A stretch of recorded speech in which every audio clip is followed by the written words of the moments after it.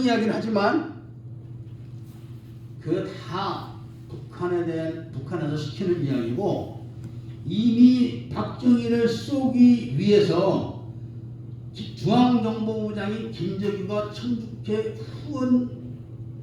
후원하는 인물입니다. 후원. 그러니까 청주케 뒤를 다 봐주고 있었고, 박정희를 쐈을 때 어떤 일이 벌어지겠습니까? 대통령 대행을 할 수 있는 사람이 국무총리 최규하입니다. 이 사람도 다 포섭을 해놓고, 또 비상계엄을 열어야 되니까 육군참모총장도 청주케 회원인 정승화로 임명해놓고, 그 다음에 실지 병력을 동원할 부여단장에 전투교육사령부 사령관 윤흥정의 친동생인 윤흥기를 또 앉혀놓는 겁니다. 그러니까 부여단은 병력을 동원할 수 있는 부대가 되는 거죠.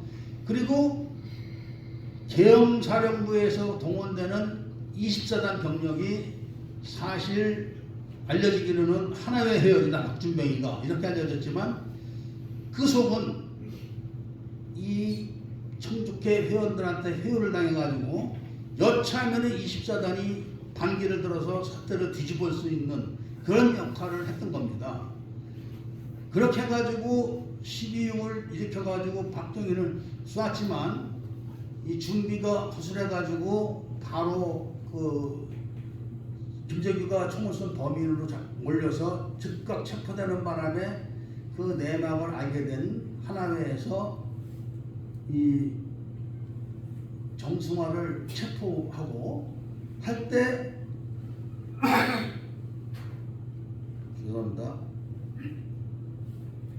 이미 청주케는 박정희를 쏠 때부터 서울 주변에 부대를 동원할 태세를 다 쳐놓은 겁니다. 그런 거를 지금 아무도 얘기를 안 하면서 마치 미국이 시킨 것처럼 김정희가 미국 대사한테 전화해서 점심 먹자 이렇게 한 거를 마치 미국 대사가 김정희한테 전화한 것처럼 이렇게 꾸며가지고 미국이 박정희를 쏘라고 시켰다, 이렇게 지금 뒤집어 씌우고 있는 겁니다. 이게 바로 이 공작이라는 것인데, 이런데 지금 대한민국이 굉장히 취약해가지고 5.18을 일으킨 것도 육사 청주케 장성들이 전투교육사령관, 그 다음에 31사단장, 그 다음에 칠공수 여단도 굉장히 지금 혐의가 높지만 제가 아직까지는 확신을 할 수가 없습니다. 칠공수는. 그런데 혐의가 굉장히 높습니다. 그리고 이 합참의장 이런 사람들은 전부 다 그 소속인 겁니다. 그렇게 해서 이 청주케가 일으켰던 이 5.18 군사 반란이 결국 청주케 회원들인 육사 출신들에 의해서 다 덮어진 겁니다. 지금까지. 그래서 제가 이 두 책을 써냈을 때 육사 출신들이 저에게 지금 손봐주겠다, 가만두지 않겠다, 죽이겠다 이런 말을 해야 되는데, 나는 죽는 거 요만큼도 겁이 안 납니다. 사실 김대중이가 그런 반역을 했을 때 우리 쪽에서는 김대중과 그 강요들을 전부 다 제거하려고 했었습니다. 겁이 없어요. 우리는 대한민국을 위해서는 지금 여기서 죽으라도 죽을 수 있습니다. 이런 이야기를 하는 것은 저 사람들이 지금 대놓고 나한테 협박을 하는데, 우리는 이런 모든 정보를 미국에 제공을 했습니다. 그리고 연변에 있는 핵기지 비밀도 저 책에 있지만 우리가 직접 미국에 제공했던 거고, 그 작전 지휘는 제가 했습니다.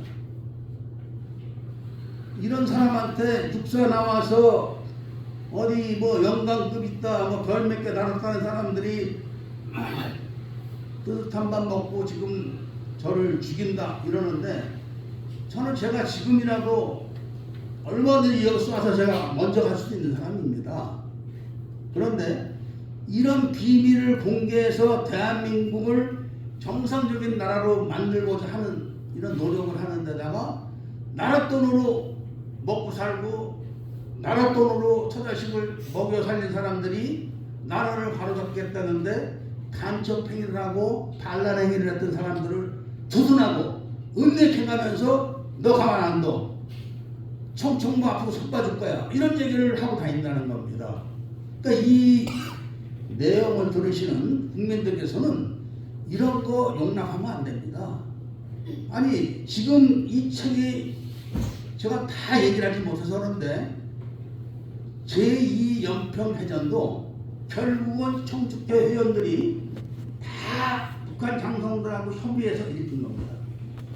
그리고 얼마 전에 신문에 났지만 휴전선과 동서남해 그다음에 주요 군기지를 경계하는 과학화 경계 장비 1300대가 다 철거됐다고 했습니다.